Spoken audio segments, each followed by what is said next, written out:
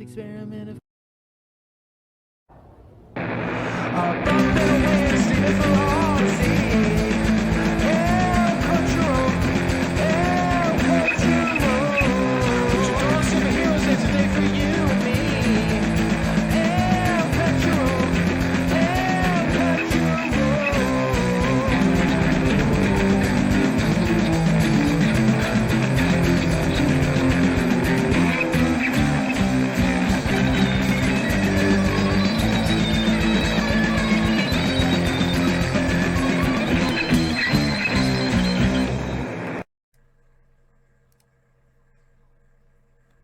Welcome back, El Culturoites, to our newest video on Prehistoric Planet. Now we're covering episode 2, the biome of deserts. So we get some interesting stuff in this one. Some stuff that a little speculative. We also have some things that play into some of your typical desert tropes that you might see in other nature documentaries as well. We meet some new dinos. And a couple familiar ones. Let's see, we get actually some interesting behaviors for a lot of this. So it doesn't not normally the dinosaur fighting aspects. There's a little here, a bit of it in there. But let's talk about it. Break it down. So let's go to our side scroll here.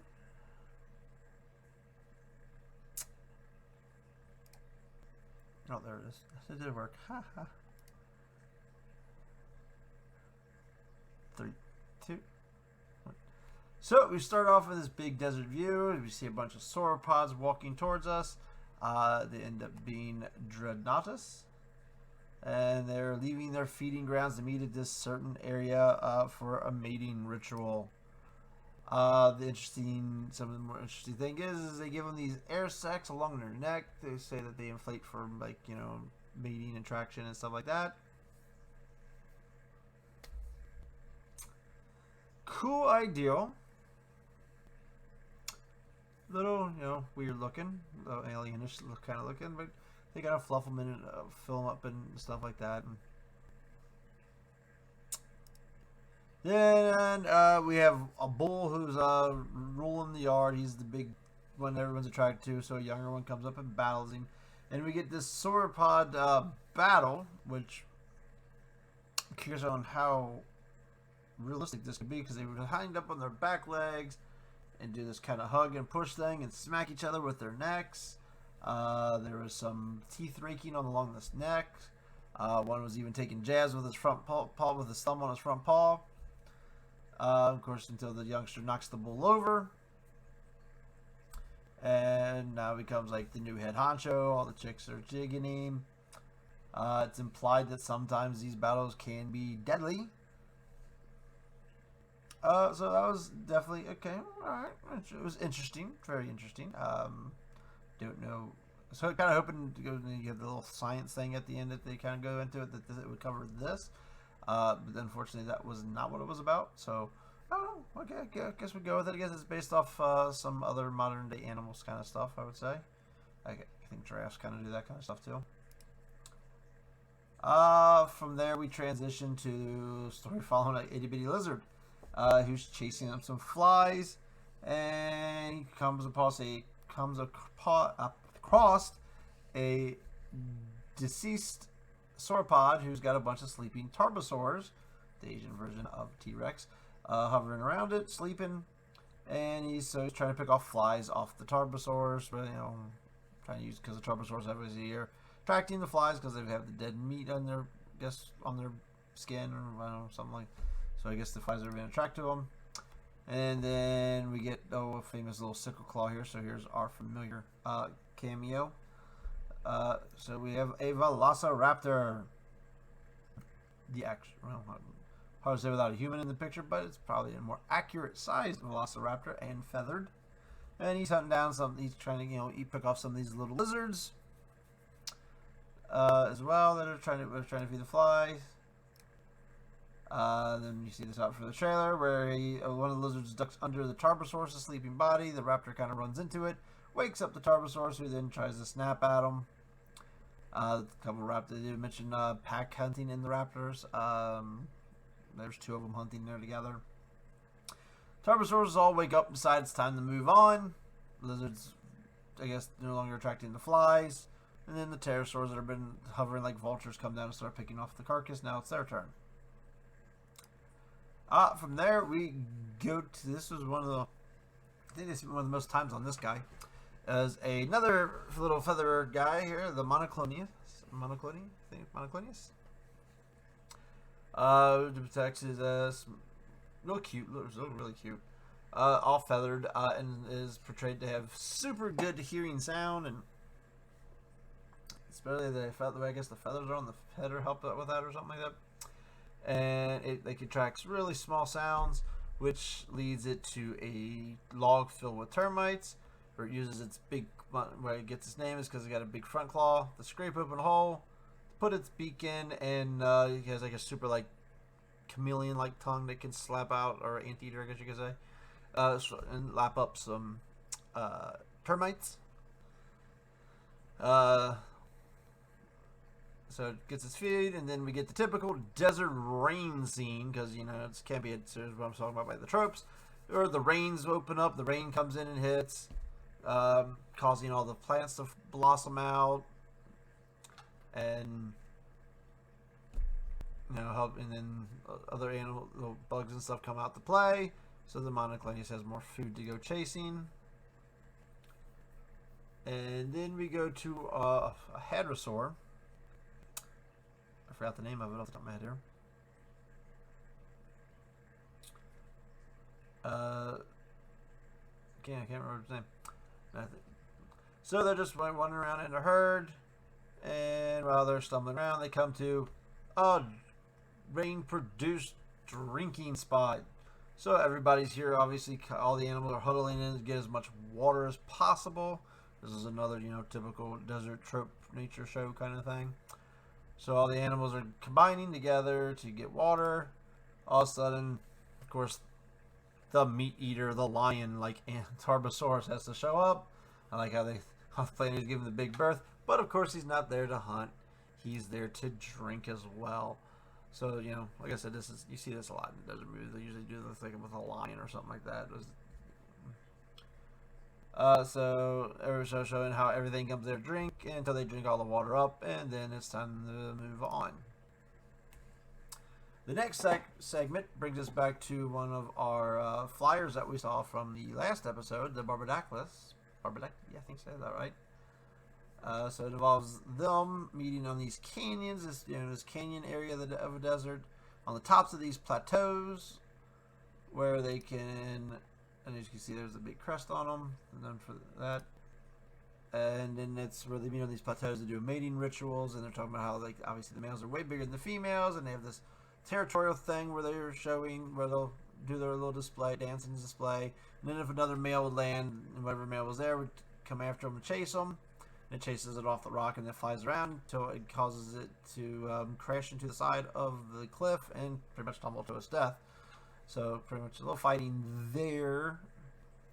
So then we get the concept of other males that actually look like the females, who also come there to, you know, to deceive the big guy male. So there's the male display right there.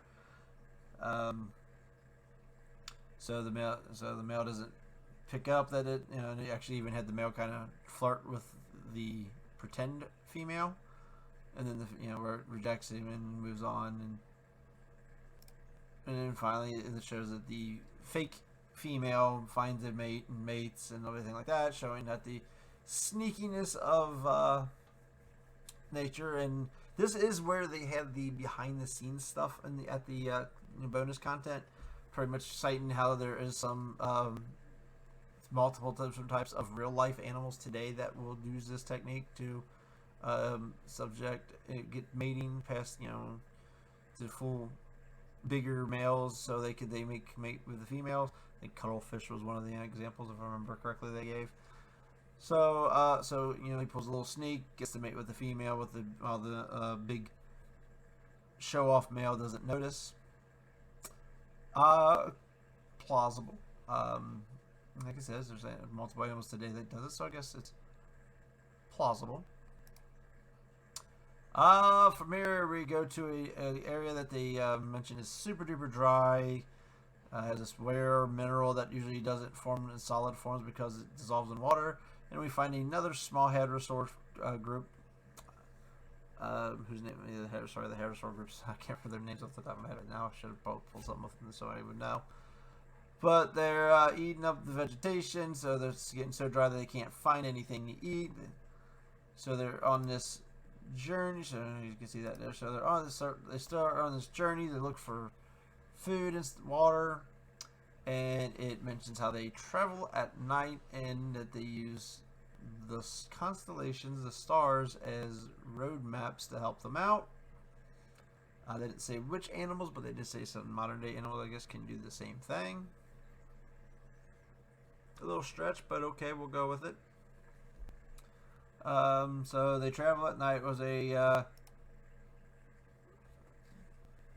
keep traveling along and hiding from the sun. And mentions that they have the type of hearing because they end up hearing waves crashing, the sound of waves crashing across the dunes that's so low that most animals couldn't hear, but they can hear it. So they're using that as they travel the sand dunes, and once they get close enough, that's mentioning how they will lick moisture that will form on their skin from the I guess where the waves hit the cool of the ocean waves area crust hits this hot heat and it makes this fog that causes water droplets to form on their skin, and that's they use that to I guess get water, to get moisture. And then of course they make it fill the coast and they find the Great Valley. Oh, sorry, wrong movie. So they find some vegetation stuff along the coastline that they're gonna feed them for a while until it runs out, and then they'll move on to the next area. So, and that's pretty much where that episode wraps up. It's a pretty solid episode. I think I like the first one more. I think the first one was actually my favorite of the two so far. So it's a lot. I feel like a speculation in this one. Or like I said, a lot of stuff in the first one could there could be some science behind, like the T-Rex swimming, swallowing the pebbles. So this was given by some mating ritual stuff, watering whole thing. Like I said, we know that happens in today's world. So plausible as well in that one, I would say. But yeah, it's a pretty cool episode overall. I mean, we get pretty much all kinds of new stuff here. I mean, the Velociraptors were probably like the most known ones in here. The Dreadnoughtus, obviously I know from the Jurassic World Evolution 2 game, because that's the sauropod you get in that game. There was another Titan too, like a Mongolian Titan that was in the watering hole scene. I guess it doesn't have it doesn't have an official name, I would assume, or they just didn't want to. It's not official so they don't want to use it, maybe. So that's kind of a new thing. We get two different types of hadrosaurs. They still look pretty similar to an Edmontosaurus in my book. Let's see. We got the new type of pterosaur that we met in the last episode. More with that one. The Monoclonius is something more. The Tarbosaurus is a very popular Tyrannosaurid. People always would like people like to see something besides T-Rex. Give us something besides a T-Rex. So they gave us the Asian relative there. Obviously, it showed up in I think on one of the dinosaur movie. We get. So that's pretty much said. Not a lot of species difference in this. Pterosaur, Monoclonius, two hadrosaurs, two titans, raptor, and Tarbosaur. So felt pretty. I guess it's the same length as the other ones, but not bad. It's still pretty good. I still enjoyed it. Like I said, I like sea creatures a lot. So the last one having the Mesosaur and the type of elasma, the Pterangysaurus type of elasmosaur, so does more appeal to me. So, but still, it was a pretty cool episode. It's a desert episode. Deserts ones are usually kind of dull. The next one will be forest, so we should get some interesting stuff, I believe, in that one.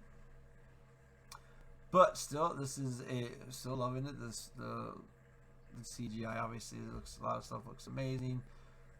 meshing in like real areas, I guess the real biomes, and combining everything together looked really good.